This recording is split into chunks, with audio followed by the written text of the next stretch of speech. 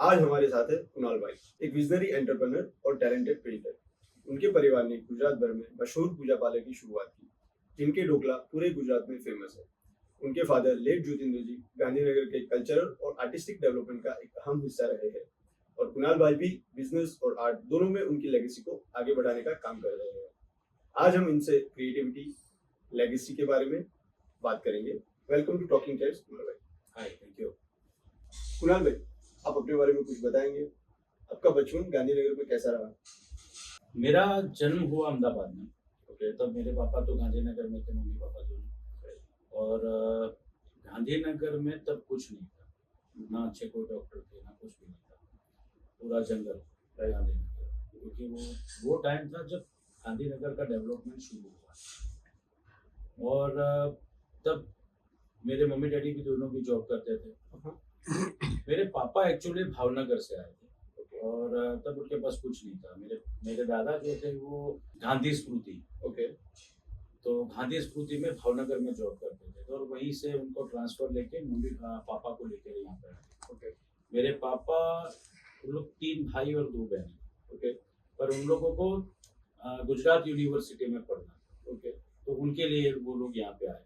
Right, right, तो मेरे दादा तो खादी भवन में जब जॉब करते थे, ओके, तो और पैसे उतने थे नहीं, गरीबी बहुत थी, ओके, और स्ट्रगलिंग लाइफ थी। मेरे पापा सबसे बड़े थे भाइयों बहनों में। ओके, तो उन्होंने लगा कि भाई मुझे तो जॉब करनी ही पड़ेगी, क्योंकि पढ़ना भी है, ओके, जॉब भी तो करनी पड़ेगी। तो ये सोचकर पापा गुजरात यूनिवर्सिटी में पढ़ाई और साथ में जॉब करते थे। ओके, वो कैलिको मिल में ज्वाइंट हुए, ओके, उसके बाद में गवर्नमेंट में भी ज्वाइंट हुए। एज ए टेलीफोन ऑपरेटर उन्होंने जॉब की।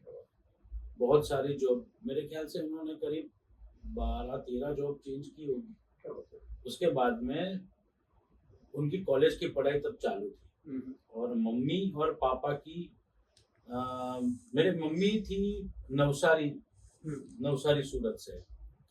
तो वो दोनों, मम्मी और पापा, मेरे नाना जो थे वो बॉम्बे से यहाँ पे आए थे। ओके, तब अहमदाबाद में था सचिवालय, और उसके बाद में गांधीनगर में सब कुछ शिफ्ट हो गया। अच्छा, तो मेरी मम्मी वैसे आई थी, और मेरे पापा तो, मेरे दादा जो थे वो बहुत बड़ी पोस्ट पे थे गवर्नमेंट में। ओके, ओके, तो वो टाइम पे मेरे मम्मी के पास ज्यादा पैसे थे। हाँ, अच्छे फैमिली से बिलोंग करती थी, वो वैष्णव वाणिया थी। और पापा ब्राह्मण, और आपको तो पता है ब्राह्मण तो गरीब होते हैं। तो मेरे पापा वैसे ही ब्राह्मण गरीब थे। तो वो दोनों कॉलेज में मिले, और एक ड्रामा था मने पढ़ना वो एक छोकरी, ओके, वो ड्रामा में वो दोनों मिले।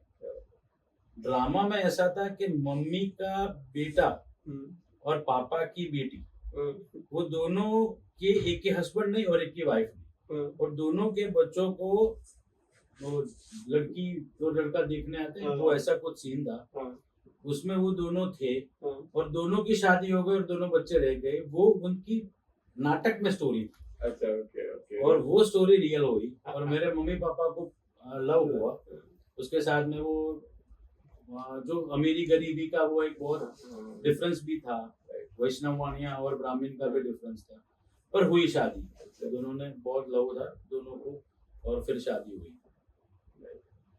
तो फिर मेरा जन्म हुआ वो टाइम पे। उसके पहले मेरे पापा गवर्नमेंट में जॉब करते थे, सेंट्रल गवर्नमेंट में, नानी बचत यानी सेंट्रल गवर्नमेंट में अकाउंट्स ऑफिसर की जॉब पे थे। तब उन्होंने सोचा कि अब मुझे जॉब नहीं करनी, किसी की हजूरी करनी ही नहीं। ओके, तो उन्होंने छोड़ दिया कि भाई अब मुझे जॉब तो करनी है नहीं। तो उन्होंने अपना रेजिग्नेशन दे दिया। ओके, उसके पहले एक टाइम ऐसा भी था कि मम्मी और पापा दोनों गुजरात पॉल्यूशन कंट्रोल बोर्ड में दोनों एक साथ जॉब करते थे। पर उनकी शादी हो चुकी थी, तो उन्होंने सोचा कि भाई एक ही जगह पे दोनों जॉब करेंगे तो वो मजा नहीं आएगी लाइफ में। तो उन्होंने छोड़ के एक एग्जाम दी, और वो सेंट्रल गवर्नमेंट में चले गए। फिर सेंट्रल गवर्नमेंट में ड्राइवर था, जॉब थी, सब कुछ था, गाड़ी भी उनको दी गई थी, पर उनको सेटिस्फेक्शन नहीं था अपनी जॉब से। उनको धंधा करना था। तो उन्होंने एक दिन छोड़ दिया, अब मुझे धंधा ही करना है। तब उनके दिमाग में यही आया कि भाई नेक्स्ट जनरेशन क्या करेगी, कुछ वो भी जॉब, उसको भी जॉब करना है, उसको जॉब ढूंढनी है। तो छोड़ दिया उन्होंने। और वो दिन उनके जो बॉस थे, जब रेजिग्नेशन दिया पापा ने, तो वो भी ब्राह्मण थे। तो उन्होंने बहुत डांटा कि तू गधा आदमी है, साला क्या करता है, तेरे डैडी को कितना दुख होगा, तेरे को पता है कि तू नौकरी छोड़ रहा है, ये बोले नहीं, तो कि तू अगर फेल होगा तो क्या करेगा बिजनेस में, करेगा क्या? तो बोले मैं सिंह चने की लारी करूंगा, चाय की लारी करूंगा सचिवालय के पीछे, लेकिन अब मैं जॉब नहीं करूंगा। और ये इतना ही था उनके दिमाग में कि बस मुझे बिजनेस करना है। और वो आ गए फूड इंडस्ट्री में, फूड बिजनेस में। वो टाइम था श्रद्धा रिफ्रेशमेंट, जो साउथ इंडियन एक रेस्टोरेंट बनाई थी आपने, मतलब आपके पापा ने? हाँ, मेरे पापा। तो वो साउथ इंडियन रेस्टोरेंट थी। वहाँ पे साउथ इंडियन जो रेस्टोरेंट थी वो अच्छी चलती थी। तो मेरे पापा को, अच्छा, होटल इंडस्ट्री क्यों सिलेक्ट की? उनको दिमाग में यही था कि होटल में क्या होता है कि भाई उधार माल आता है और रोकड़े पे बेचना होता है, कैश फ्लो बना रहता है, या तो माल पड़ा है या तो फिर कैश कर लेना। तो ये सोचकर उन्होंने ये रेस्टोरेंट का बिजनेस किया। तो पहले साउथ इंडियन रेस्टोरेंट बनाई, तो वो तो अच्छी चलती थी। फिर पापा को लगा कि अभी गुजराती रेस्टोरेंट पे भी कुछ काम करते हैं, तो उन्होंने श्रद्धा डाइनिंग हॉल से शुरुआत कर दी। श्रद्धा डाइनिंग हॉल जो बहुत ही फेमस थी, तब हर बसों पे लिखा था श्रद्धा डाइनिंग हॉल, और बहुत बड़ी बनाई। अहमदाबाद और गांधीनगर में जो टॉप ये डाइनिंग हॉल्स थे, उसमें अपना नाम था।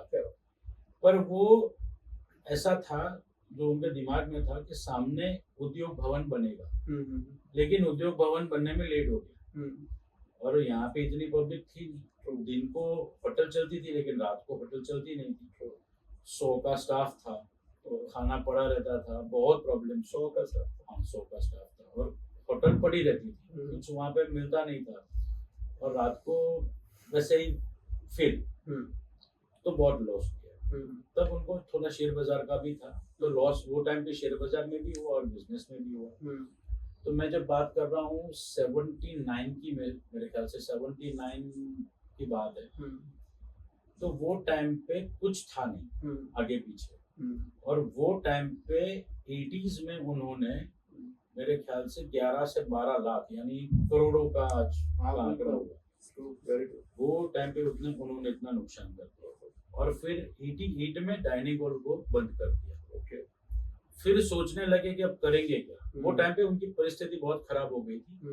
वो लोग सोचने भी लगे थे कि अभी ये पार्टी तो गई, ये भी उठने वाली है नहीं। तो कोई तेल का डब्बा भी उधार नहीं देता था, ना कोई सब्जी उधार देता था। वैसी परिस्थिति आ गई। और हर एक दाने पे एक बार क्या हुआ, हम ये रेस्टोरेंट हमने बंद कर दिया, जो डाइनिंग हॉल था वो भी बंद कर दिया, सब कुछ बंद कर दिया था। और जो 21 में तब मेरे पापा ने कुछ इलेक्ट्रॉनिक आइटम्स की एक शॉप बनाई, जो अभी यहाँ पे पूजा पार्लर है, वही की बात कर रहा हूँ 21 में। तो हम, मेरे पापा और मम्मी मेरे दादा से जब अलग होके यहाँ पे रहने के लिए आ गए थे। तो नीचे शॉप और ऊपर हमारा घर। हमारे घर में एक भी रूम नहीं था, पूरा हॉल था। और कुछ डब्बे पड़े थे। फिर हम लोग वहाँ पे रहना चालू कर दिया, और नीचे ये थोड़ी बहुत शॉप थी, पर वो धंधा भी नहीं था। तब ट्राई हो रही थी वाडीलाल की डिस्ट्रीब्यूटरशिप पूरे गांधीनगर। तो ये भी उतना मुश्किल टास्क था, क्योंकि पैसे थे नहीं और इन्वेस्टमेंट करने का भी पैसा नहीं था। पर कुछ हो गया, मिल गई। तो वहाँ पे नीचे हमने सेटअप कर दिया। हाँ, वाडीलाल की डिस्ट्रीब्यूटरशिप मिला। और हम अकेले थे, जो उन्होंने हमें रिटेल करने का भी स्कोप दिया। अच्छा, क्योंकि जब होलसेल होता है तो रिटेल नहीं कर सकते, ये था। रिटेल बिकॉज ऑफ हमारी सिचुएशन। अच्छा, फैमिली सिचुएशन में शॉप थी पकड़ने जगह पे। हाँ, तो उन्होंने रिटेल का बोला कि अब कर सकते। हमने रिटेल भी किया और साथ में होलसेल का भी था। रहते हम ऊपर थे, और मैंने बताया कि ऊपर कोई रूम था नहीं। एक बार इनकम टैक्स की रेड हो गई, तो 7 ऑफिसर ऊपर आए। उन्होंने देखा कि पूरे घर में कुछ है ही नहीं, और हर जगह पे ये खड्डे हैं, कुछ है नहीं। तो ये आदमी के बारे में कुछ हुआ तो गलत इंफॉर्मेशन मिली होगी। हमारी स्थिति देखकर तो इनकम टैक्स वाले भी चले गए। ये परिस्थिति है। पर उसके बाद में धीरे धीरे हमने वही जगह पर फास्ट फूड का काम चालू किया और श्रद्धा जो नाम था वो सेट हुआ नहीं। ओके। तो किसी ने बताया कि आप पी से शुरू करो अपना धंधा, पी। तो हमारे घर में ऐसा कोई था नहीं जो जिसका नाम पी था। तो पापा बिजनेस को अपनी पूजा मानते थे, तो उन्होंने नाम रखा पूजा। और फास्ट फूड था, तो वो टाइम पे फास्ट फूड नाम का इतना चलन नहीं था, तो पार्लर सोचा कि भाई पूजा पार्लर ये करके करते हैं। तो पाव भाजी, पुलाव, समोसा, पिज्जा, ये सब हमने तब शुरुआत की एक छोटे से फास्ट फूड पार्लर। उसके बाद में वो चला। उसके बाद में ये वाडीलाल की डिस्ट्रीब्यूटरशिप थी, वो भी चली थोड़ी बहुत। और धीरे धीरे धीरे धीरे हम रिकवर होते गए। फिर एक टाइम आया जब रेस्टोरेंट बनाई, वो भी भूकंप के बाद, और रेस्टोरेंट बहुत अच्छी चली, वो नाम बहुत मिला उन्होंने उसको हमें। फिर आइसक्रीम का काम पूरे गांधीनगर में भी अच्छा हुआ, क्योंकि गांधीनगर धीरे धीरे डेवलप हुआ। तो पैसे थोड़े थोड़े थोड़े थोड़े रिकवर हम होते गए। फिर पर पापा का क्या था कि वो डट के मुकाबला करते थे कोई भी चीज में, उन्हें हार नहीं, फाइटर। और 56 की छाती थी, कितना भी रिस्क हो वो एक बार तो उठा लेते। और उनके मुंह पे कभी भी, उसका नाम था जेबी। ओके। तो कुणाल जी, आपके पापा ने बहुत नाम ना कर लिया गांधीनगर में, he is one of the famous man in Gandhinagar. उनमें ऐसी क्या क्वालिटी थी जो लोगों से डिफरेंट थी, और उनमें ऐसी क्या क्वालिटी थी जिससे वो इतना आगे बढ़े, मतलब जीरो से लेकर के स्टार्ट करा उन्होंने और इतना आगे बढ़े? मेरे पापा का नाम था ज्योतिंद्र बचू भाई व्यास। ओके। तो लोग उसे प्यार से जेबी कहते थे। तो जेबी का मतलब वो ज्योतिंद्र बचू भाई उतना था, लेकिन उनका जो दिल था वो जलाराम बापा जैसा। तो उसके बाद में लोग उसे जलाराम बापा जैसे ही बोलने लगे थे। क्या था उसमें कि हमें क्या होता था कि एक चेक फाड़ा है वाड़ीलाल, तो जो चेक आएगा 2 दिन के बाद, तो 2 दिन के बाद हमें पैसे भरने होते। पर बैंक के साथ हमारा ऐसा रिलेशन था, हमारा ऐसा टर्म्स था कि पैसे तो आने वाले ही है, वो जाने वाले कहीं पे है नहीं। तो बैंक वाले पहले, कंप्यूटराइज बैंकिंग नहीं था, वो हाथ से होता, तो वो हमारे चेक पहले ही पास कर देते। पैसे हमें 4 बजे तक उनको दे देने होते। तो हम पैसे के लिए किसी को बोल के रखा हुआ था, मेरे अंकल को कोई बोल के रखा, या किसी और शॉप वाले को बोल के रखा कि भाई 30,000 तू दे देना, तो 20,000 ये देंगे। और मुझे वो बोलते हैं कि भाई तू एक काम कर, इनके पास के 30,000 रुपए लेके आ जा, और इनके पास से 20,000 रुपए लेके आ जा। मैंने उनको बोल दिया। क्या एज रही होगी तब मैं था मेरे ख्याल से FY में था मेरे ख्याल से। तो आप भी बहुत छोटे थे तब से बिजनेस में पापा के साथ? ना, मैं 9th में था। 9th के बाद में मैं बिजनेस पे आ गया था पापा के साथ। तो वो मेरे को बोलते थे कि यहाँ से पैसे लेके आ। अब देखो 80,000 फूट रहे, उन्होंने 80,000 के लिए 70,000 कहीं से अरेंज करके रखा हुआ है कि भाई यहाँ से लेके आओ, यहाँ से लेके आओ, और कोई आएगा केम छो ज्योतिंद्र भाई, केम मजामा होगा મારે 10,000 ની જરૂર છે યાર, મારું કામ થઈ જાય. પાપા બોલते हैं कि 10,000 ની જરૂર है. मुझे बोले बेटे तेरा इनको 10,000 रुपए तेरे पास है, दे दो. मैं तो पहले दे दिया, फिर मैं तो सोचा हूँ कि साला अभी 80,000 फूट रहे हैं, 10,000 तो उन्होंने जो बोला कि इतने लोगों के पास से लेके आए, उसके बाद में भी फूट रहे हैं, तो भी ये दे रहे हैं. मैंने उसको पूछा कि डैडी ये क्या हो रहा है? तो पापा बोले तेरे को कितना फूट रहा है? 80,000 में तो 90,000 की सोच, 90,000 अपने इकट्ठे कर लेंगे, क्या फर्क पड़ता है. पर इनका तो 10,000 में काम चल गया ना. ये उनकी लिपि, ये उसका बड़प्पन था, और इनकी छाती थी, ये छप्पन. ये उन्होंने मुझे ये सिखाया कि तुम्हें जो चाहिए वो दूसरों को दो, वो प्यार दो, इज्जत दो, पैसे दो, जो भी तुम्हें चाहिए वो दूसरों को दो, तो आपके पास वो आता रहेगा, वो रिटर्न आएगा. सही बात है. सॉलिड. ये मेरे पापा थे. कुणाल भाई, जैसे अभी आप जितेंद्र जी की, आपके पापा की बात करी, आपके पापा का एक आइकॉनिक पर्सनालिटी रहा है पूरे गांधीनगर में. उनकी लेगेसी का सबसे बड़ा असर क्या रहा है आपके ऊपर? उन्होंने मुझे ये सिखाया कि हम होटल इंडस्ट्री में हैं, तो उन्होंने ये सिखाया कि कभी भी अपनी रॉ मटेरियल पे अम, चलेगा ये मत करना। जब तू ये सोचने लगा कि चलेगा तो नहीं चलेगा, यानी चलाना कुछ भी नहीं। बेस्ट है वो खरीदो और उससे बेस्ट बनाओ और बेस्ट दो। हाँ, बेस्ट। दूसरी बात ये थी कि भाई कुत्ते भी सूंघ के खाते हैं, तो हम आदमी से काम कर रहे हैं, तो तुम्हें हर चीज पे फोकस करना है। पहले रॉ मटेरियल से फोकस करो, रॉ मटेरियल अच्छा होगा यूज तो फिनिश गुड भी अच्छा होगा। दूसरी बात ये सिखाई कि कभी किसी के पैसे के पीछे मत भागना, चाहिए तो मांग के ले लो और उसको वापस कर दो। सही बात है। और किसी को बेवकूफ बनाने की बात नहीं करो, उसके बारे में सोचो भी। तो ये थी उनकी बातें कुछ के, जो उनकी बातें बहुत सारी है, एक नहीं, क्योंकि जो आदमी पूरी जिंदगी स्ट्रगल करता है उनके पास बहुत सारी बातें होती है, एक नहीं, बहुत होती, उनसे सीखना बहुत कुछ होता है। और मैं उनके साथ करीब, मैं 9th में था तब से उनके साथ ही बैठा हूँ, और पापा 68 की एज पर गुजर गए, तब तक मैं उसके साथ ही था। हम बहुत अच्छे दोस्त थे एक दूसरे के, मैं उसके ऊपर बहुत विश्वास करता था, वो जो भी बोले मैंने कभी उसके कोई भी बात का क्वेश्चन किया ही नहीं, वो ठीक होता है। कुणाल भाई, आपके पापा की आर्टिस्टिक और कल्चरल कंट्रीब्यूशन काफी रही है गांधीनगर में। आपने और उन्होंने मिलके ऐसे क्या काम करे हैं जो आप कुछ बताना चाहेंगे? मेरे पापा को वैसे ड्रामा फिल्मों का बहुत शौक था। अच्छा, ड्रामा देखना उन्हें बहुत अच्छा लगता था। तो पहले गांधीनगर में कुछ ड्रामा वगैरह होते नहीं थे, तो वो लोग अहमदाबाद जाते थे ड्रामा देखने, और कोई रात को 2 बजे 3 बजे तक गांधीनगर वापस आना होता था, क्योंकि लास्ट बस तब 1 बजे आती थी। अच्छा, टाउन हॉल छूटता था वहाँ पे अहमदाबाद में, और उसके बाद में वो बस पकड़ के यहाँ पर, उतना शौक। उसके बाद में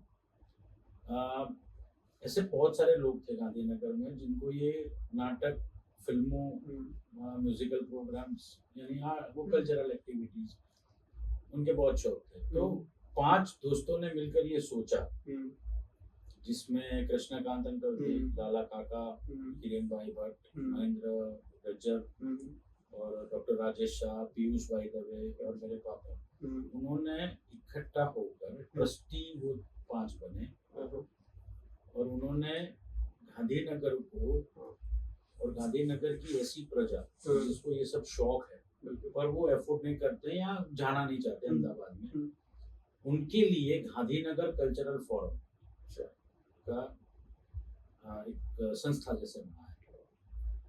और वो टाइम ऐसा था कि भी गांधीनगर कल्चरल फोरम में मेंबर्स नहीं थे उतने, तो जेब से पैसे डाल डाल के उन्होंने मेंबर्स को क्रिएट करना। अरे उत्सव भाई, ये अपना क्लब है, ये कल्चरल फोरम करके इसमें हम ये करेंगे वो करेंगे, आप पहले साल पैसे मत देना, मैं दे देता हूँ, पर आप मेंबर हो जाओ बस।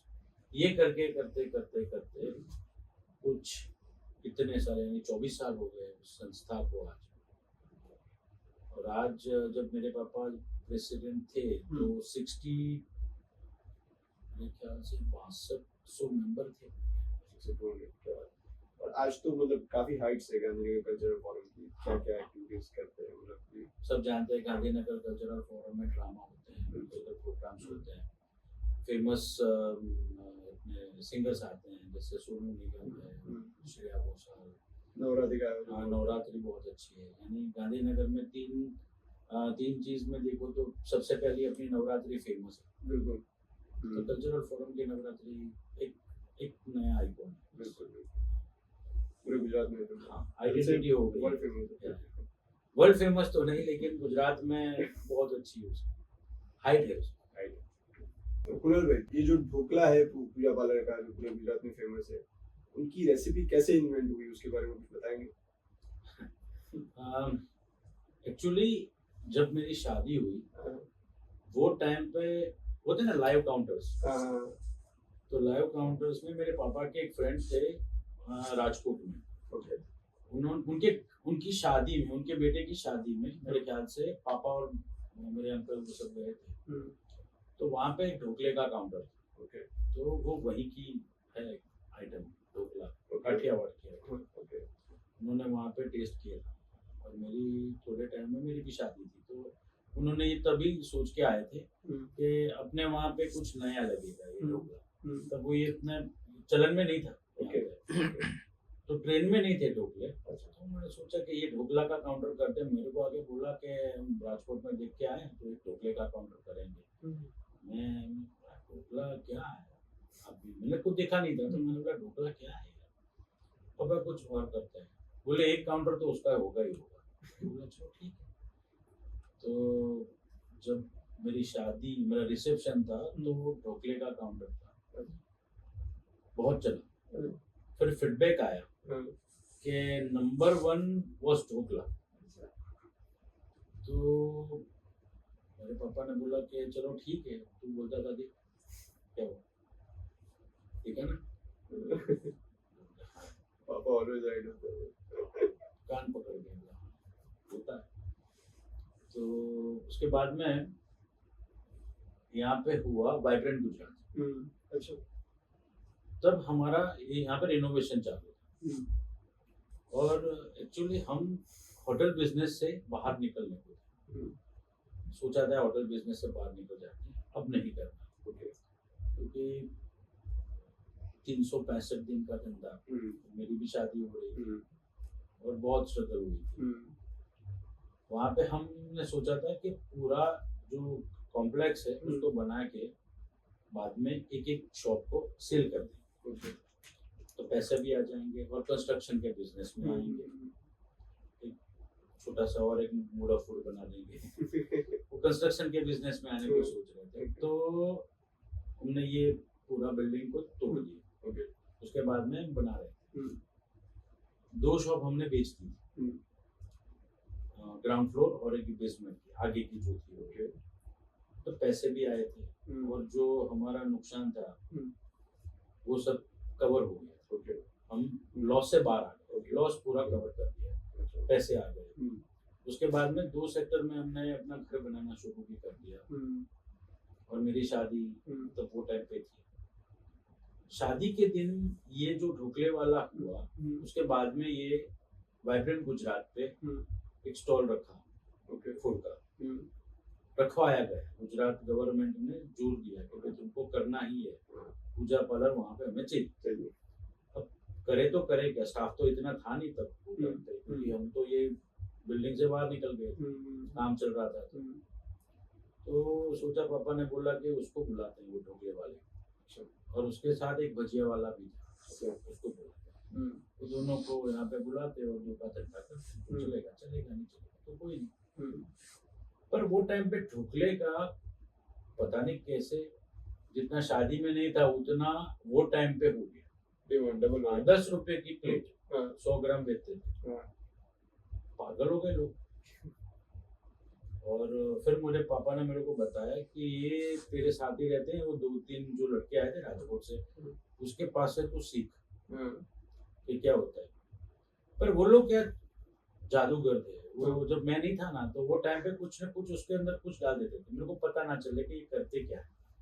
बाकी का मैं 65% या 70% तो मैं सीख गया उसके पास से, क्या करना है, क्या मिलाना है, कैसे करना है। पर उनकी चटनियाँ होती है, वो राजकोट की जो खट्टी चटनी और लहसुन की चटनी, वो डिफरेंट रहती है। वो लोग ये बना देते हैं। और जो बेटर बनता है ना, वो खीरा जिसको बोलते हैं, खीरा, वो उसमें कुछ कलाकारी करके जाते हैं, पता नहीं क्या। फिर वो लोग चले गए, काउंटर बहुत अच्छा चला, पैसे अच्छे मिले। उसके बाद मेरे पापा ने मेरे को बोला कि तू इसके ऊपर ध्यान दे, ये तेरी कैरियर बनेगी। ठीक है, चलो देखते हैं। उसके बाद में मैंने ढोकला को सीखना शुरू किया। बहुत किलो ढोकला मैंने फेंक दिया बनाना। फिर पता चला कि ये तो मशीन की भी कमाल थी। तो हमने उसका जो ढोकले का ओवन होता है बड़ा सा, स्टीमर जिसको बोलते हैं, वो राजकोट से हम लेके आए। फिर जो खीरू था उसको तैयार किया। उसके बाद में हमारी जो टेस्ट की चटनी होती है, गांधीनगर गुजराती टेस्ट, वो हमने बनाई। और फिर जाके एक हुआ प्रोसेस, बहुत दिनों के बाद की प्रैक्टिस के बाद पता चल गया कि इसमें होता क्या है। और आज वो जब वापिस आए थोड़े दिनों के बाद, और हमने तब तक ये नीचे का जो हमारा जो है अभी जो सेटअप वो चालू कर दिया, उसके बाद में वो लोग भी दंग रह गए कि हमसे अब बेटर तो आप बनाते हो ढोकले, और चटनी जो है वो कुछ अलग लेवल की थी, चटनी बहुत बनते बनते बन गई। ऐसा कुछ नहीं था कि भाई ये, पर सीखा बहुत मेहनत की मैंने उसके पीछे, बहुत घंटों तक उसके पीछे रहता था, क्योंकि आज बनाऊं तो 3 दिन के बाद वो रिजल्ट मिलते थे। अच्छा, क्योंकि उसकी जो प्रोसेस है वो 3 दिन की प्रोसेस है। तो आज बनाओ, 3 दिन के बाद उसको टेस्ट करो, नाफ आया, फिर बनाओ, फिर प्रोसेस करो, फिर फेंको। जो 7-8 लोगों का मेरे पास स्टाफ था, तो वो तो खा खा के ढोकले कंगाल गए, बहुत परेशानी हुई तो वो टाइम पे तो, पर हुआ मतलब बहुत अच्छा। तो ये जो रेसिपी है वो मतलब इतना मेहनत करके आपने उस पे कमांड लिया और मतलब आपने उसको समझा, अभी जब आपने फ्रेंचाइज मॉडल जब चालू करा तो ये सेम रेसिपी को आपने फिर, वो भी आपके लिए बहुत बड़ी चैलेंज रही होगी कि ये सेम टेस्ट आपके हर फ्रेंचाइजी में आए। हाँ, वो एक्चुअली फ्रेंचाइजी करने का मतलब ये था कि मेरे पापा ये समझते थे कि आज की जो जनरेशन है उनको जॉब नहीं मिल रही है, और अपने वाणिया बावन पटेल को जब जॉब नहीं मिलती है तो वो करेंगे क्या, तो यंग जनरेशन कहीं पे जॉब नहीं मिलेगी तो वो करेंगे क्या। तो उन्होंने ये सोचा कि एकदम कम रेट पे ऐसा कुछ करते हैं कि उन लोगों को धंधे की शुरुआत हो जाए। अच्छा, बड़ी बड़ी फ्रेंचाइजी जैसा नहीं, कोई ढोकले की एक फ्रेंचाइजी नहीं, छोटी सी 10 बाय 10 की शॉप हुई, हम 1 लाख रुपए हमारे नाम का लेते थे, और 1 लाख रुपए में हम पूरे इंस्ट्रूमेंट जो भी था वो दे देते थे, काउंटर था, फ्रीज, ओवन वगैरह सब कुछ, प्रिंटिंग मटेरियल वो सब, और उसके बाद में 2 लाख रुपए में उसका बिजनेस शुरू। अच्छा, मुफ्त में कुछ नहीं, पर ऐसी जनरेशन को पकड़ो तो जिसको काम करना है।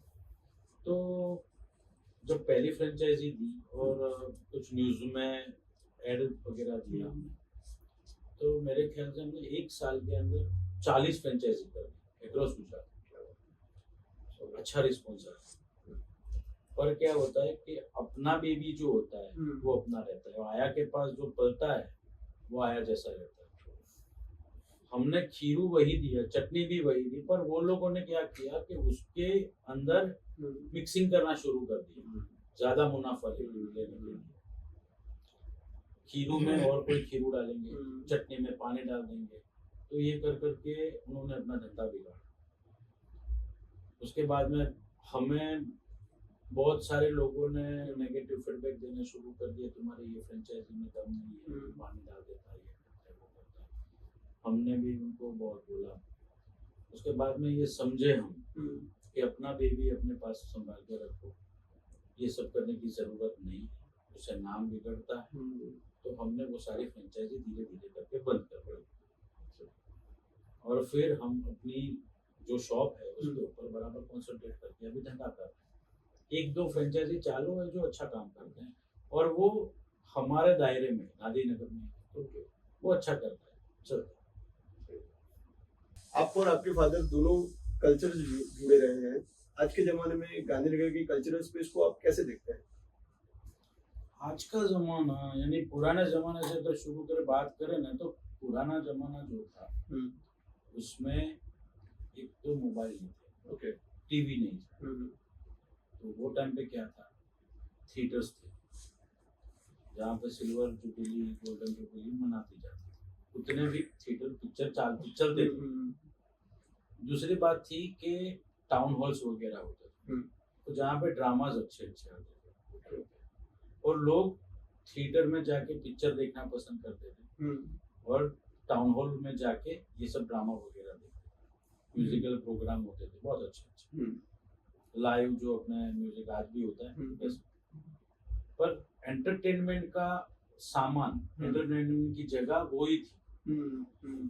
आज के जमाने में ये स्मार्ट मोबाइल आ गए, हर घर में टीवी है, एलसीडी है, 4K का जमाना आ गया, इंटरनेट है, सब कुछ है, और हर आदमी के हाथ में एक एंटरटेनमेंट का सामान पड़ा है। आज सब जगह पे गेम, रील्स, हम्म, वीडियोस, हम्म, यूट्यूब, ये सब कुछ जहाँ पे आप देखो जो देखना चाहते हो वो आपको मिल जाता है। हम्म, सारी फिल्में जब आज नई रिलीज होती है वो भी आपके मोबाइल में आ जाएगी, आप डाउनलोड करो देख लो। हम्म, तो आज के ज़माने में वो टाइम नहीं रहा। हम्म, OTT का आ गया, वेब सीरीज वगैरह हो गई, फिल्में आ गई जो आप तुरंत देख सकते हो। हम्म, तो आज जो है ना वो कल्चर वाला मामला ना रहा, हम्म, सबकी अपने अपनी चॉइस हो गई है। हम्म, जिनको जो देखना है वो अपने आप देखता है, यानी वो यूथ ना रहा, वो मिलने वाली एक स्पेस ना रही। हम्म, पहले तो क्या था, हम जब यंग थे आपको भी पता है, तो वो एक फिल्म में जाना यानी एक दोपहर को सोचना आज रात को पिक्चर देखने जाते हैं, excitement वगैरह। एक्साइटमेंट था, बाहर खाएंगे, हम्म, फिल्म देखने जाएंगे, उसके बाद में घर वापस आएंगे, तो एक एक पैकेज जैसा लगता था कि पूरे दिन का मजा आ गया। आज तो ये फिल्म देखनी है, मैं अभी फिल्म जो देखता हूँ ना वो पौने पौने घंटे आधे घंटे में सो जाता हूँ, उसके बाद में दूसरे दिन आधे घंटे दूसरे दिन देखता हूँ, एक फिल्म 4 दिन में देखता हूँ, ये टाइम हो गया। यानी कल्चरल जैसा कुछ रहा नहीं अभी, ये थोड़ा बहुत है जो नवरात्रि में होता रहता है, मिलते रहते हैं लोग एक दूसरे से, पर आज कल्चरल फोरम हम वही प्रयास में है कि ये हम कल्चर से हाथ ना धो दें, तो वही प्रयास में। पर आज की जनरेशन उतना वो कनेक्ट नहीं होती। ठीक है, होता है, ये म्यूजिक के बड़े बड़े गिफ्ट सिटी में देख लो, अहमदाबाद में ग्राउंड में देख लो, फंक्शंस होते रहते हैं, लोग उसमें जाते हैं, लेकिन वो वाला नहीं रहा। ठीक है, वो बात है। हाँ वो बात है। कुणाल भाई, क्या अभी कोई ऐसे कल्चरल या आर्टिस्टिक प्रोजेक्ट है जिस पे आप काम कर रहे हो या करना चाहते हो?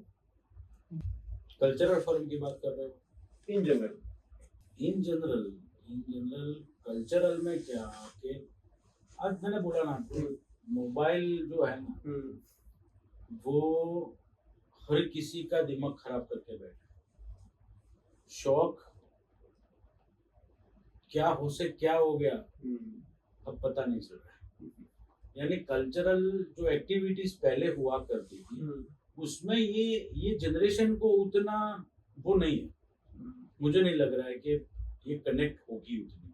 हाँ, पुराने लोग जो है अपने पापा के टाइम के जो भी लोग हैं जो आज भी वो ये सब एक्टिविटीज को पसंद करते हैं, पर आज का म्यूजिक भी आप देखो, आज के म्यूजिक में भी कैसे क्या हो गया ये हो गया तेरे प्यार में, वो बात हो गई। लेकिन चलो ठीक है, आज की जनरेशन वो आज की जनरेशन अपने तो क्या वो सैंडविच जैसा हो गया है, वो एक पहली जनरेशन एक पुरानी जनरेशन और हम बीच का जो काजू, अरे ये अपना काकड़ी टमाटर जैसी अपनी स्थिति है, एक पहले इधर एक पहले इधर।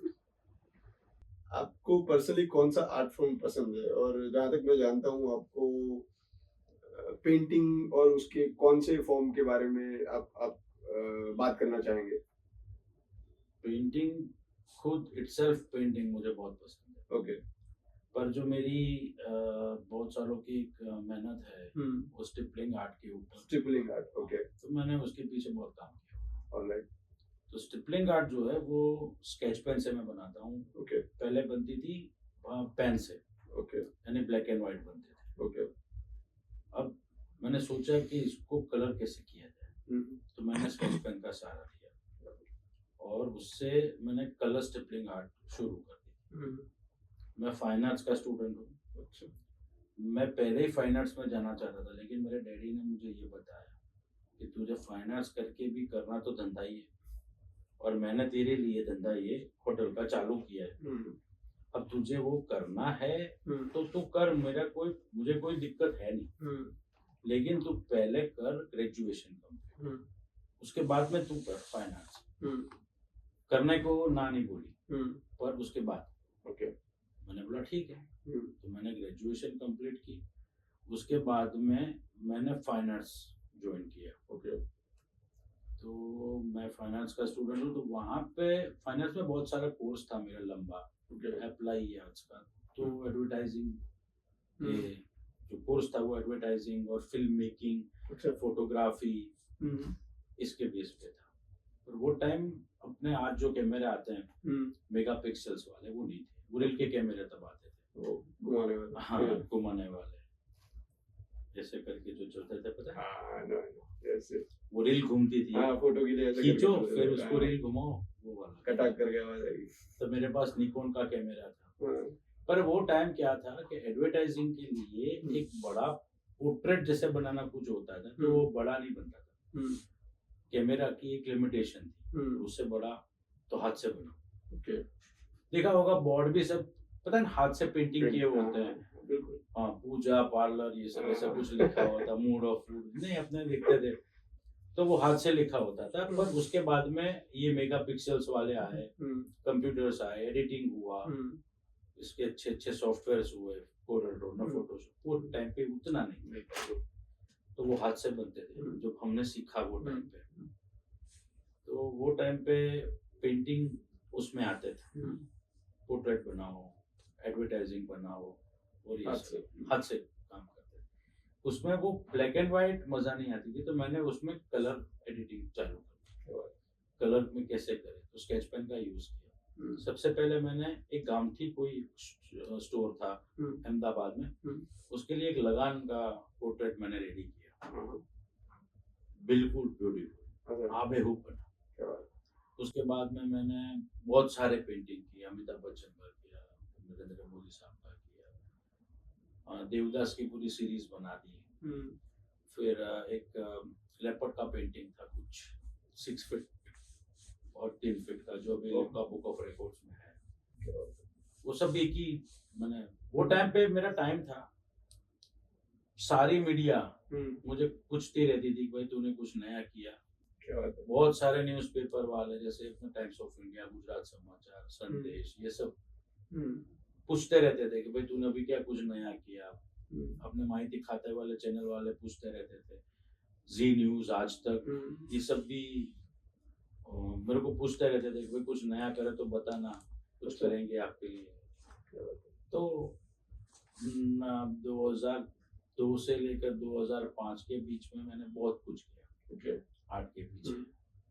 रात को सोता नहीं था, दिन को बिजनेस पे बहुत किया, बहुत मेहनत की मैंने, पर एक मुकाम भी हासिल किया। आज लिम्का बुक ऑफ रिकॉर्ड में है मेरा एक। बाकी फिर मेरे पापा ने मुझे कभी ना नहीं बोली कि तू ये मत कर, उन्होंने भी करने दिए जो भी करना था, और धंधे का टाइम धंधे करने का, धंधे पे बैठ बस, धंधे के टाइम पे कुछ मस्ती नहीं, उसके बाद में तुझे जो करना है वो कर। मतलब आपने धंधा भी इतनी शिद्दत से परस्यू किया और आपका हॉबी भी इतनी शिद्दत से हाँ, हाँ, दोनों मैंने। लोगों को मुश्किल था क्योंकि तब मेरी शादी नहीं हुई थी। अच्छा, तो मैं कर सकता।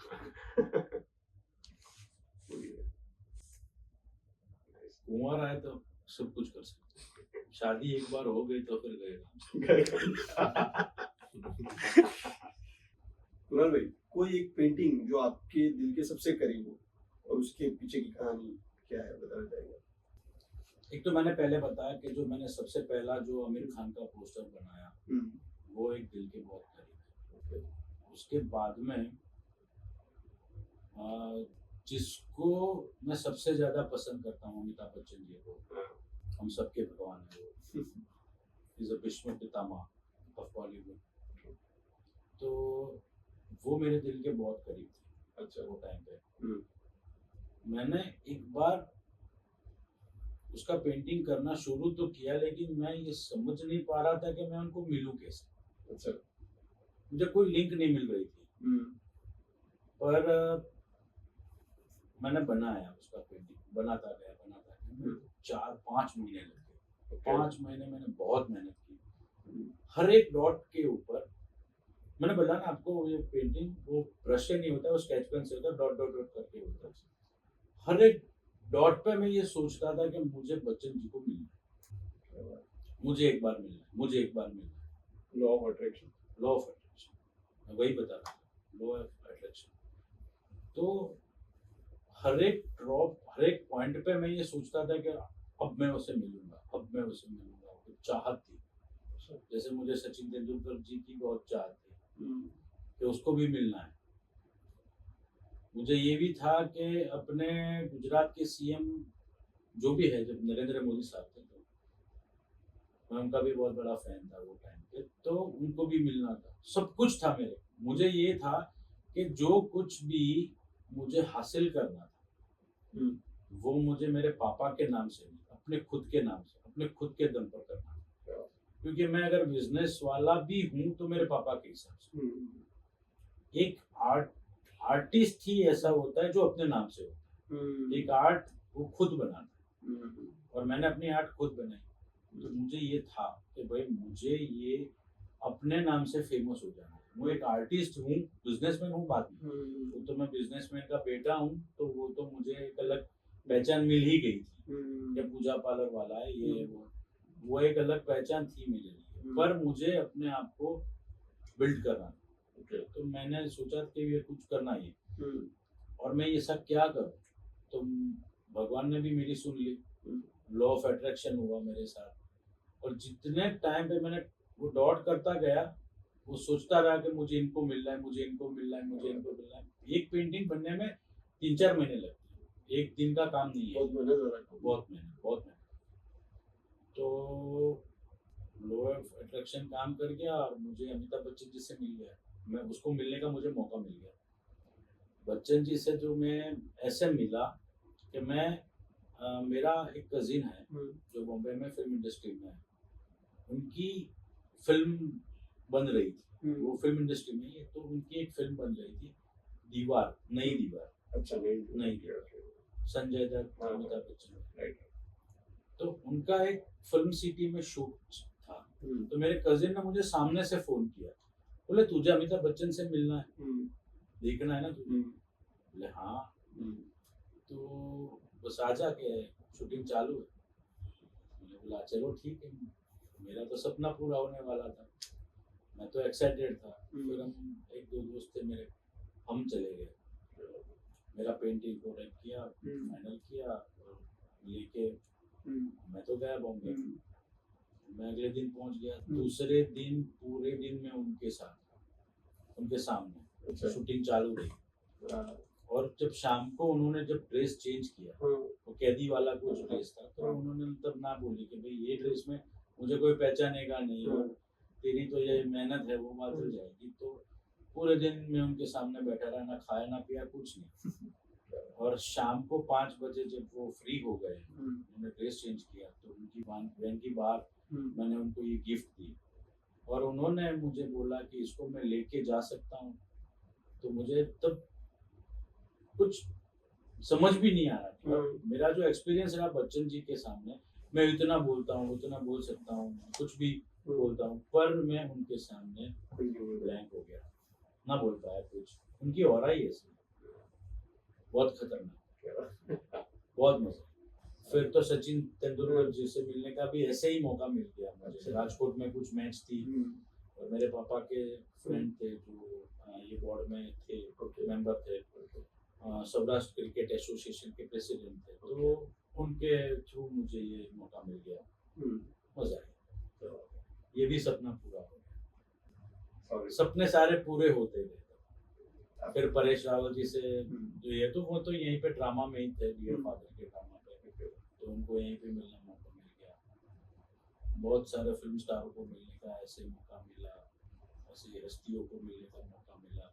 मेरा पहला एग्जीबिशन था, तो सीएम साहब तब नरेंद्र मोदी थे, उन्होंने ओपनिंग किया मेरा, सब कुछ हुआ, मेरे सारे सपने पूरे हुए। पर मेरे पापा ने कभी मुझे ये नहीं कहा कि तू ये मत, हर बार मेरे साथ है। बहुत अच्छा बोलते हैं, किसी चीज को शिद्दत से चाहो तो हाँ बिल्कुल बिल्कुल, पूरी कायनात से अपने को मिलाने की कोशिश। कुणाल भाई, कोई ऐसा आर्टिस्ट जिसकी पेंटिंग को देखकर आपको लगता हो कि वाह कमाल हो गया, मजा आ गया? तो बहुत सारे आर्टिस्ट हैं, क्योंकि भारत आर्टिस्टों की ही भूमि पड़ी, एक से एक आर्टिस्ट, और उसकी कोई एक दूसरे के साथ तुलना हो ही नहीं सकती, क्योंकि हर इंसान एक अलग माध्यम से काम करता है, सबकी मीडिया अलग है। अब जो जमाना आ गया वो ई पेंटिंग का आ गया, यानी डिजिटल पेंटिंग करते हैं। आज कैनवास कम और डिजिटल पेंटिंग ज्यादा, पर आज भी वही फ्लूट में जो मजा है वो पियानो में और फ्लूट बजाने में नहीं। जो ओरिजिनल है वो ओरिजिनल। तो आज जो ओरिजिनल पेंटिंग भी जो पहले बनते थे और वो कलर जो यूज होते थे और उनकी जो खुद की आर्ट थी वो अलग थी। आज ऐसा कोई नहीं कि मुझे वो आर्टिस्ट अच्छा लगता है, आज हर आर्टिस्ट अच्छा है। आर्टिस्ट सब अपने अपने हिसाब से काम करते हैं, अपनी सोच पे काम करते हैं, ऐसा कुछ नहीं, क्योंकि हर किसी की एक विशेषता अलग है। तो ऐसा नहीं कि मुझे वो आर्टिस्ट ज्यादा पसंद है। आप फिल्म के बारे में पूछो कि भाई फिल्म में तुम्हें कौन पसंद है, तो वो मैं अलग से बता, लेकिन आर्टिस्टों के बारे में नहीं पता। कौन पसंद है फिल्म में आपको? आज तो मुझे अभी भी अमिताभ बच्चन ही पसंद है, एवरग्रीन। उसके बाद में शाहरुख खान अच्छे लगते हैं। कुणाल भाई, आपके हिसाब से इंटीरियर स्पेसिस में पेंटिंग का क्या इम्पोर्टेंस है? क्या एक अच्छी पेंटिंग पूरे इंटीरियर का वाइब बदल सकती है? श्योर। आज देखो कि जो भी नई स्कीम बन रही है, फ्लैट्स बन रहे हैं, या कोई भी एक शोरूम बनेगा, उसमें एक अच्छी पेंटिंग की जो वैल्यू है ना, वो वैल्यू की बहुत ही वैल्यू है। एक पूरी वॉल देख लो और उसमें एक छोटा सा भी पेंटिंग होगा तो आपका ध्यान सीधा वो पेंटिंग पे जाएगा, वो सेंटर ऑफ अट्रैक्शन रहने वाला ही है। एक पेंटिंग की जो आर्ट है ना, वो जो आर्ट से बनी हुई, वो कभी उसका कोई पर्याय बनेगा ही। अब देखो जितनी भी स्कीम है उसमें भी आप एंट्रेंस देखोगे तो वहां पर भी अच्छी अच्छी पेंटिंग्स लगाई। कहीं पर ये डिजिटल मैंने देखा नहीं कि डिजिटल पेंटिंग को भी ऐसे फ्रेम करके लगा दिया, वो नहीं, लेकिन जो भी पेंटिंग्स उसका ही जमाना है, और वो भी ओरिजिनल। और ओरिजिनल पेंटिंग की कोई आप उसकी जो प्राइस होती है ना, वो प्राइस होती नहीं, वो प्राइसलेस होती है। वो उसकी कोई आप ये नहीं कि उसका 2 लाख रुपया चार्ज है, 5 लाख, कोई मूल्य नहीं है। जितना भी है अनमोल है, अनमोल, सब कुछ अनमोल। मूड ऑफ फूड के फाउंडर अरविंद जी, मेरे फादर, और आपके फादर जितेंद्र जी, दोनों ने साथ में बिजनेस चालू करे होंगे। तो आपको क्या लगता है कि दोनों में क्या कनेक्शन हो सकता है, मतलब बिजनेस इसमें दोनों के थॉट प्रोसेस में? दोनों की लाइफ है ना बहुत स्ट्रगल वाली रही है, और जो बिजनेस होता है ना वो अकेली मेहनत से कभी नहीं बनता, मैं नहीं मानता। बिजनेस होता है अपने अपने हिसाब से बनाई गई आइटम पे, उनके जो खुद के जो ग्रह होते हैं ना, जो से लक कहते हैं, उससे बनता है। अगर जिसके शुक्र पावरफुल है, गुरु पावरफुल है, बुध, ये सब ग्रह तो या बिजनेस कर पाओ। और उसमें भी जो बिजनेस आपके नेचर के साथ यानी आपके ग्रहों के साथ मिले जुले, वही आपका धंधा चलेगा। अब मुझे अगर सफेद कलर के कोई बिजनेस से कोई लाभ नहीं मिलने वाला है तो मैं दूध का धंधा करूंगा तो वो नहीं चलेगा। तो मेरे ख्याल से कि पहला जो है ना बिजनेस का, अब मेहनत कर लो, मेहनत तो कदे भी करते, ये बात नहीं, मेहनत हर कोई आदमी करता है और सबको करनी ही चाहिए, लेकिन सही दिशा में वो मेहनत करता रहे, लगातार करता रहे, निरंतर करता रहे, और उसका लक उसके बाद में उसके साथ हो, भगवान का आशीर्वाद हो, और उनकी जो मेहनत है ना वो एक सच्चे डायरेक्शन पे, उसकी भावनाएं अच्छी हो बिजनेस करने की, किसी को मदद करने की, किसी के साथ ना चीटिंग करने की, कोई ऐसी अच्छी भावना से जो भी आप काम करते हो ना वो सक्सेसफुल।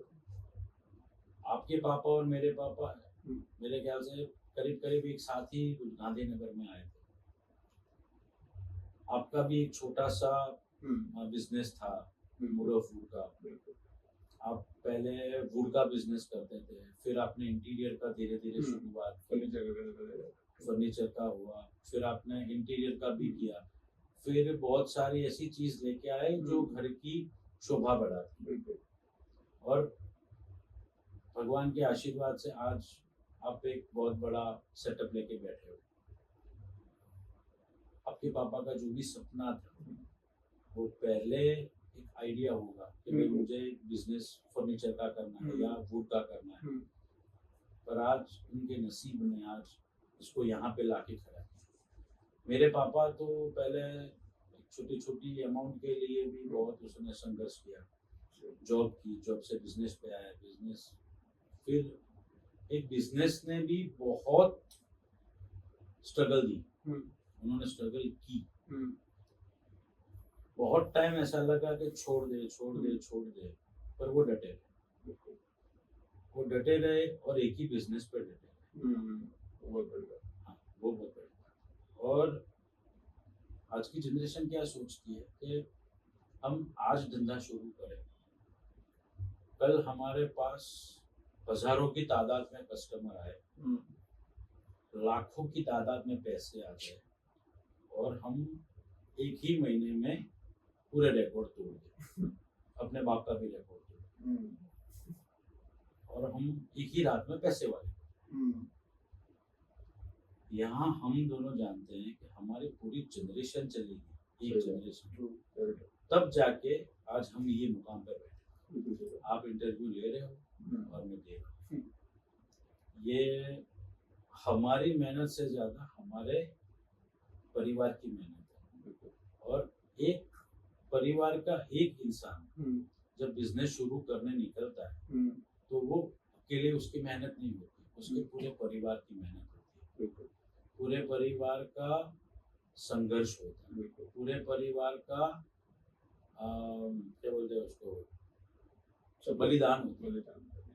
तब जाके एक बिजनेस सेट करते हैं या सेटअप होता है, और तब जाके नाम होता है। और जनरेशन आज की नहीं समझती, उनको तो इनका चलता है ना, मेरा भी चलेगा। 3 दुकान छोड़ के अपनी भी उसकी इतनी शॉप बना देते हैं, पैसे तो बाहर से मिल जाएंगे, लोन मिल जाएगी, पर हफ्ते का क्या करोगे फिर? ओनली फाइनेंशियल कैलकुलेशन से बिजनेस नहीं होता, बहुत तपानी पड़ती है दादी को, तब जाके बिजनेस होता है। और एक पूरी जनरेशन चली जाती है और उसको संभालने के लिए हमारी दूसरी जनरेशन चली जाएगी, तब वो थोड़ा बहुत हम आगे बढ़ा पाएंगे। और पता नहीं तीसरी जनरेशन वो क्या करेगी, मेरे ख्याल से तीसरी जनरेशन तो जॉब ही करेगी, पता नहीं, मुझे लगता है ऐसा लोग पहले भी बोलते थे। पुरानी कहावत है, जो तीसरी जो पीढ़ी होती है ना, वो हमेशा जॉब ही करती है। मेरे ख्याल से वो बात सही है, क्योंकि जो हमारे पूर्वजों जो कह के गए ना, वो सारी बात सही है। क्योंकि आज हमने अपने पिताजी की मेहनत देखी, तो हम करेंगे। उसके बाद में हम जब है बिजनेस में तो बहुत कुछ स्टेबल हो गया होता है। वो जो हमने देखा वो हमारे बच्चों ने हमें नहीं देखा करते हुए, और हम उसको पढ़ाते हैं, उसको हर वो सारे फैसिलिटी देते हैं कि वो पढ़ पाए, लेकिन इतना पढ़ते भी नहीं। पढ़ते हैं तो उतना पढ़ लेते हैं कि उनको ये अच्छी जॉब ही चाहिए, व्हाइट कॉलर जॉब्स उनको मिल भी जाती है। आज वही होता है और हम वही पे मेहनत करते रहते हैं। हम अपनी आखिरी सांस तक मेहनत करेंगे, और ये लोग या तो फॉरेन में सेटल हो जाते हैं, बड़ी बड़ी कंपनियों में सेटल हो जाते हैं, और वो अपने हिसाब से अपनी लाइफ को जीते हैं। अच्छी बात है। तो कुणाल भाई, पूजा पार्लर आज इतनी बड़ी ब्रांड हो गई, पूरे गुजरात में नाम है, सेम न्यूरो फूड भी अच्छा कर रही है, दोनों गांधीनगर की होम ब्रांड है। मतलब ऐसी गांधीनगर की और भी ब्रांड्स है जो गांधीनगर की होम ब्रांड बोली जाएगी इन फ्यूचर भी, अगर जितना भी प्रोग्रेस करेंगे तो आप उनके लिए ये चीज के लिए कुछ बात करना चाहेंगे क्या? आपको कितना प्राउड होता है कि आपने गांधीनगर में से उठ करके उसको इतना बड़ा बनाया? देखो, पहले गांधीनगर जंगल था, बिल्कुल। और जंगल में जो वो थोड़े से जीव थे, उनमें से हमारे फैमिलीज थे। तो हमारे पिताजी ने उस जंगल में ये सोचा कि हम इस पे धंधा करते हैं। तो ना पैसे थे, ना कोई तजुर्बा था, ना ग्राहक थे, फिर भी उन्होंने ये साहस किया, और आज गांधीनगर एक बहुत अच्छा और बहुत बड़ा गांव बन गया। तो आज बहुत सारे बिजनेसेस है, पर जितनी पुरानी ब्रांड है ना, तो दारू की तरह है, तो जितनी दारू पुरानी होती जाएगी उतनी अच्छी होती है। तो जो पुरानी जो ब्रांड्स है ना, उनकी जो वैल्यू है वही रहने वाली है, क्योंकि पूरी जनरेशन, मैंने बताया ना, पूरी जनरेशन इसमें चली, सेक्रीफाइस किया है उसने। और जब गांव के हर आदमी हमें जानते हैं, जो भी पुराने वो हमें जानते हैं, हमारे उनको हम पे भरोसा है कि भाई ये लोग जो भी देंगे वो एक अच्छा ही देंगे। और जो उनका प्यार है हमारे प्रति, हमारे तरफ उनकी जो भी वफादारी है, और हमने इनको आज तक जो परोसा है, जो भी हमें उन्होंने दिया है, जो रेट में दिया है, तो उनको, उनके प्यार से ही हम लोग अभी जो भी है जो है अच्छा है। पर अभी नए लोग जो हैं वो एथिक्स से धंधा करे तो उनके लिए भी अच्छा है, क्योंकि वो जब एक पूरी जनरेशन जाएगी तब वो भी कुछ सालों के बाद में इतनी बड़ी ब्रांड्स बनेगी। पर हमारी तो एक पूरी जनरेशन चली, लेगेसी है दोनों। लेगेसी। कुणाल भी आज सुबह ही मैं किसी से बात कर रहा था, अभी मैं उसको, मुझे वो चीज याद आ रही है कि लगभग कोई गांधीनगर में लगभग कोई घर ऐसा नहीं होगा कि जिसने पूजा पार्लर में खाना नहीं खाया हो, और लगभग गांधीनगर के मैं बोलूंगा 50, 60, 70% लोग ऐसे होंगे, शायद 70% लोग होंगे कि जिसके पास मूड फूड का कुछ ना कुछ सामान पहले से रहा होगा। तो वही आज सुबह मैं किसी से बात कर रहा था, तो वो बाद में मतलब अभी मुझे याद है जैसा। हाँ, वो बात सही है कि गांधीनगर में आज जितनी भी एक पुरानी ब्रांड्स है, वो पुरानी ब्रांड्स का जो भी बिजनेस है वो है ना शून्य से शुरू। हमने आज करोड़ भी गिने, या लाख गिने, या करोड़ गिने, या 10 करोड़ गिने, जो भी गिने, वो यही की मिट्टी से मिला, इनके प्यार से ही मिला। और जो आज हमारे पास जो कुछ भी है, आज जो कुछ हम अचीव किया हम लोगों ने, वो इन हमारे गांधीनगर का प्यार और गांधीनगर का विश्वास हमें जो भी मिला है, उसके बदौलत हमें मिला। और हमारी पूरी जनरेशन ने जो मेहनत की इसको हासिल करने के लिए, वो भी कुछ कम नहीं मेहनत थी, बहुत मेहनत। तो डिजर्व करते हैं, और डिजर्व है, लोगों का प्यार है, बस विश्वास है हम पे कि भाई ये लोग जो भी देंगे वो अच्छा देंगे। सही बात। तो कस्टमर खुद ब खुद, ये माउथ पब्लिसिटी है कि भाई ये मोडो फूड में चले जाओ, तो एक अच्छे रेट पे आपको एक बेटर क्वालिटी, और कहीं पे जाने की जरूरत नहीं है, यहाँ पे गए तो आपका जो है ना, बोलते हैं ना कि जो भी चाहिए वो सब मिल जाएगा। और हमारे वहाँ पे भी ऐसा है कि हमारे दुकान पे कोई आता है तो वो पेट भर के जाता है, उनको अपनी पसंद की सारी चीजें मिल जाती है।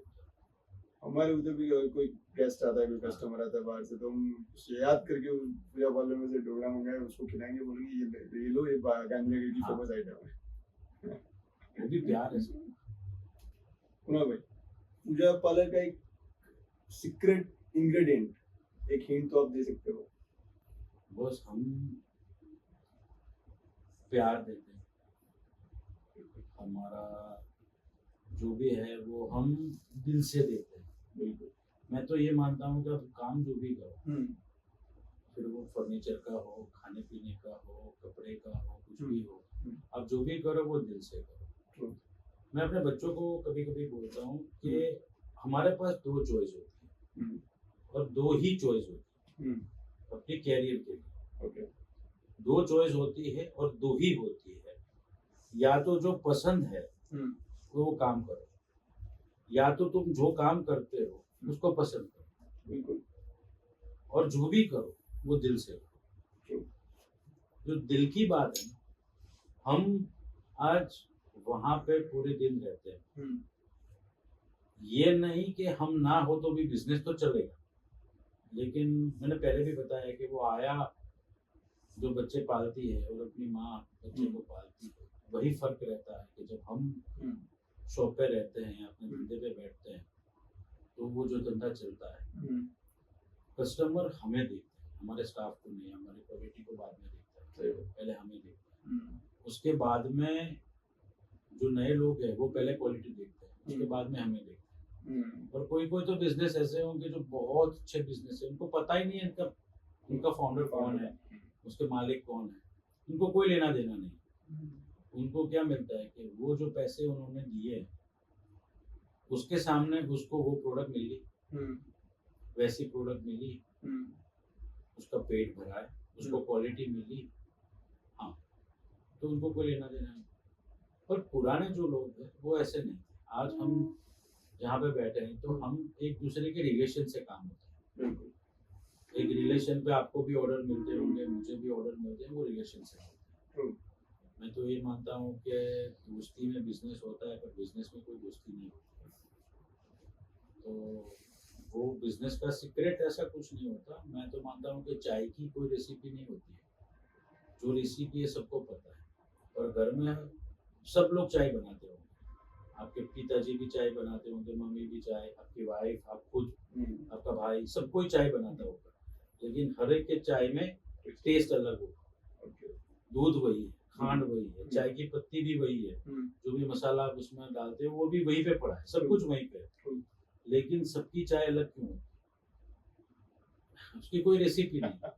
आप जितना प्यार डालो वैसा खाना बनेगा।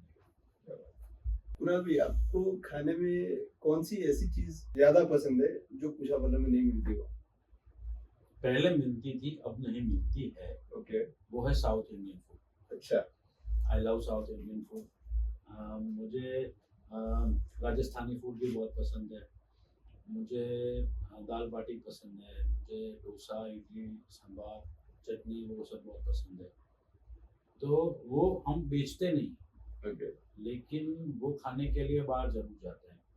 अभी देखो पंजाबी का क्रेज थोड़ा कम भी हुआ है, अब हम उब चुके हैं उससे, उतना पसंद नहीं है। और जो चाइनीज बोलते हैं वो खाना एक्चुअली केमिकल्स से बना हुआ है, तो मैं वो प्रेफर नहीं करता हूँ। तो मुझे देसी चीज़ बहुत पसंद है। स्वीट भी बहुत सारे स्वीट है जो मुझे पसंद है।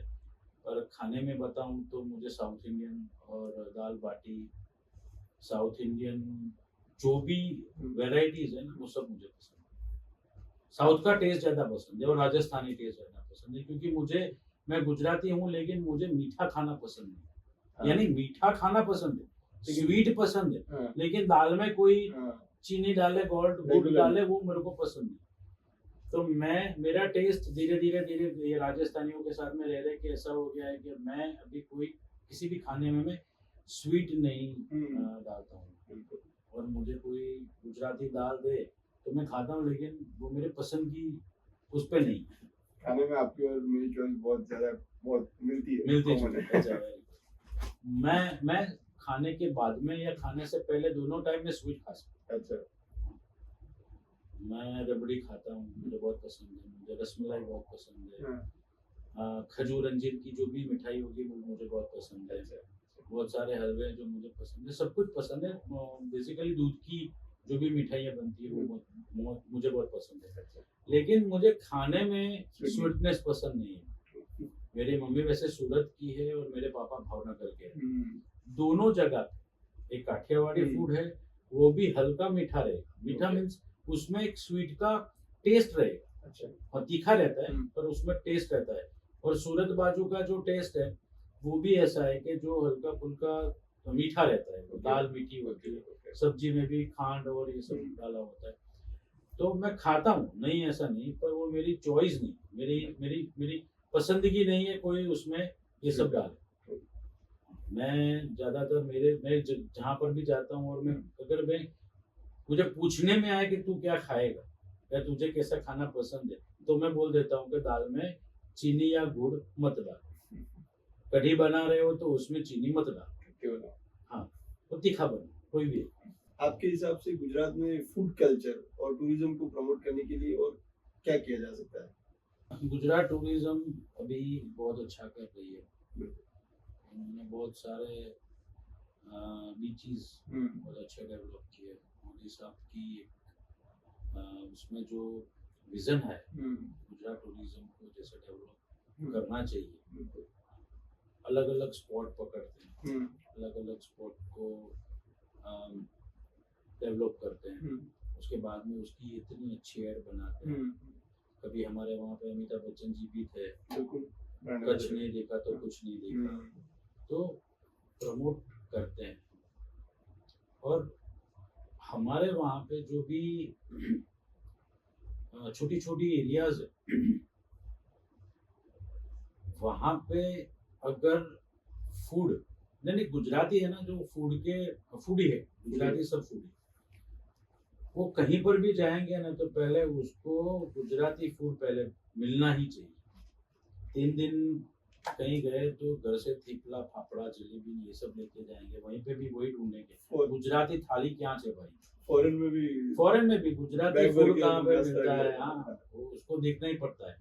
ट्रेन में जाएंगे तो भी हम ट्रेन में जाते हैं तो थेपला छुंदो गांठिया फाफड़ा सब चाहिए उनको, थेपला वगैरह सब चाहिए। पर गुजराती जो है ना, उनका जो एक टेस्ट है वो 3 दिन के बाद तो वो गुजराती थाली पे ही आएंगे। और यहाँ पे बैठ के वो पंजाबी खाएंगे और पंजाब में जाके वो गुजराती ढूंढेंगे। यहाँ पे साउथ इंडियन खाएंगे, साउथ में जाएंगे तो सोचेंगे खिचड़ी कढ़ी कहाँ पे मिलेगी। हम गुजराती फॉरेन में जाएंगे तो फॉरेन की चीज यहाँ पे खाएंगे और वहां पे जाके गुजराती चीज ढूंढेंगे। हम है तो फूडी। और गुजराती जो भी है ना, जहाँ मैं तो बोलता हूँ कि पूरी विश्व में एक तो गुजराती फैले हुए और पूरे विश्व में जितनी भी ये टूरिज्म से चलने वाले जितने भी देश है ना, वो चलते गुजराती हो से। अब देख ले, वेकेशन पे कोई गुजराती घर पे नहीं रहता, वो तो कहीं ना कहीं घूमता ही हो। जहां पर गुजरातियों को बैन कर देंगे ना जो टाइम पे, तो वो देश खत्म। गुजराती है तो सारा टूरिज्म है, मैं तो ये कहता हूँ। और गुजरात में जितना टूरिज्म होना चाहिए, मैं समझता हूँ आज उतना है, क्योंकि वो गुजरात से ज्यादा बाहर घूमने में उनको दिलचस्पी रहती है। खर्चे की तो कोई बात ही नहीं। अभी तो लोग फॉरेन बहुत सारे घूमने चले जाते हैं, हर साल में 2 बार या 1 बार तो फॉरेन ट्रिप होती है। तो गुजरात टूरिज्म अगर अच्छा डेवलप कर रहा है अभी, और उसका ट्राई और भी अच्छा हो, जो सारी फैसिलिटी बाहर मिलती है वो यहाँ पर अगर मिलनी चालू हो जाए, वो तो यहाँ पर भी लोग अच्छा करेंगे। और बेसिकली कहाँ पे जितने भी यहाँ पे गुजरात टूरिज्म के है ना, तो उतनी फूड की तकलीफ है, मैं ये मानता हूँ। मैं घुमा हूँ बहुत सारी जगह पे, तो अगर फूड उनको अच्छा मिलना चालू हो जाए ना सर, तो बहुत बढ़िया है। क्योंकि हमारा एक तो ड्राई स्टेट है गुजरात, तो एक दिक्कत वो भी है। और बाहर जाने के बाद में लोग शौक है भाई, शौक बड़ी चीज है, पीने का शौक है, खाने का शौक है, तो वो क्या गुजरात से बाहर चले जाते हैं। देखो राजस्थान, देखो मध्य प्रदेश, देखो साउथ, कश्मीर में चले जाओ तो वहाँ पे भी बहुत सारे गुजराती घूमते रहते हैं। कुल्लू मनाली शिमला डेला उसके वेकेशन में चले जाओ वहाँ पे, साउथ में चले जाओ वहाँ पे, नॉर्थ में चले जाओ वहाँ पे, कहीं पर भी आप देखो आपको गुजराती ही घूमते नजर आए। ક્યાં જાઓ છો ને શું કરો છો એ જ ચાલતું હોય તમે देखो तो गुजराती गुजराती ही होते सही हैं बात है, गुजराती में बातें सुनने को मिलती हाँ है। कुणाल भाई, आज आपने वक्त निकाल के हमारे शो में आए और इतनी अच्छी बातें करी, और इतनी अच्छी मतलब इतनी सीक्रेट बातें करी जो हमें नहीं पता थी, आपकी हॉबीज के बारे में बातें करी, आपके फादर लेगेसी के बारे में बातें करी, उसके लिए बहुत बहुत धन्यवाद। थैंक यू सो बहुत मच अच्छा लगा भाई। आपने मुझे बुलाया मुझे ये जगह पर बिठाया इसके लिए मैं आपको थैंक यू बोलूंगा थैंक यू थैंक यू।